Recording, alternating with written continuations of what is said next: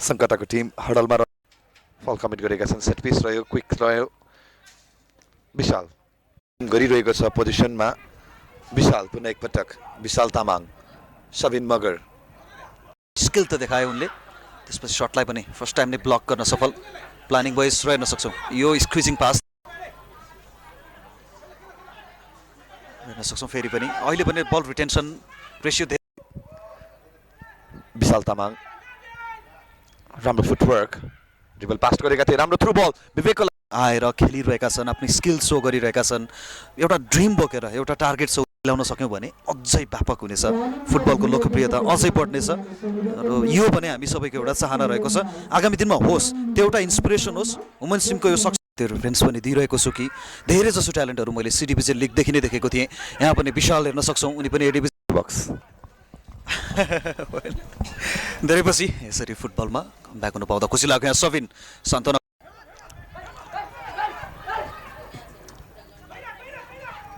गणेशको side line विशाल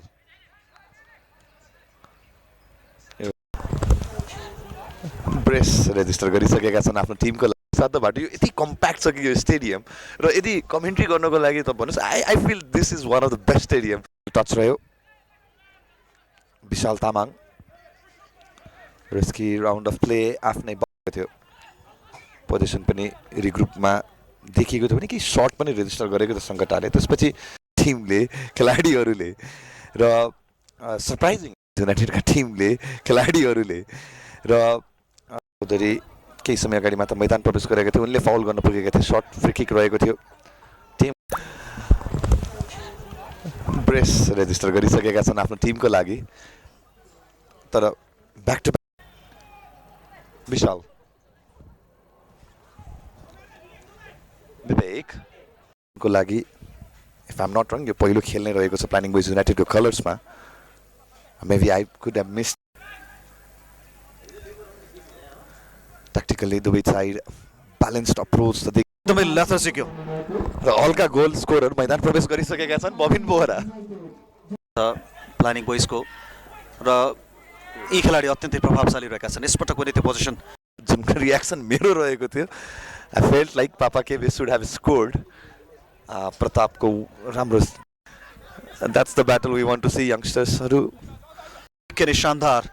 तर अन्तिममा बल loose गर्न पुगे यद्यपि त्यो थ्रेड थियो डाइरेक्ट थ्रेड रहेको थियो रामबाबुबाट उनको पेस त्यो स्ट्रेन्थ गजब विशाल तामाङ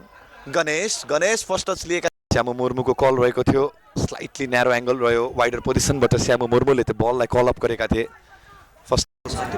फाइनल थर्डमा गइसकेपछि त्यो चुक्ने प्रब्लम यसलाई पनि अहिलेसम्म सल्भ गर्न सकेको छैन इन्जिन पर्सनल रह्यो रेचर्ड ओयोमीलाई उतारेका छन् आज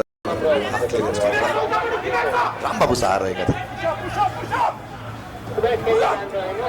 विशाल तामाङ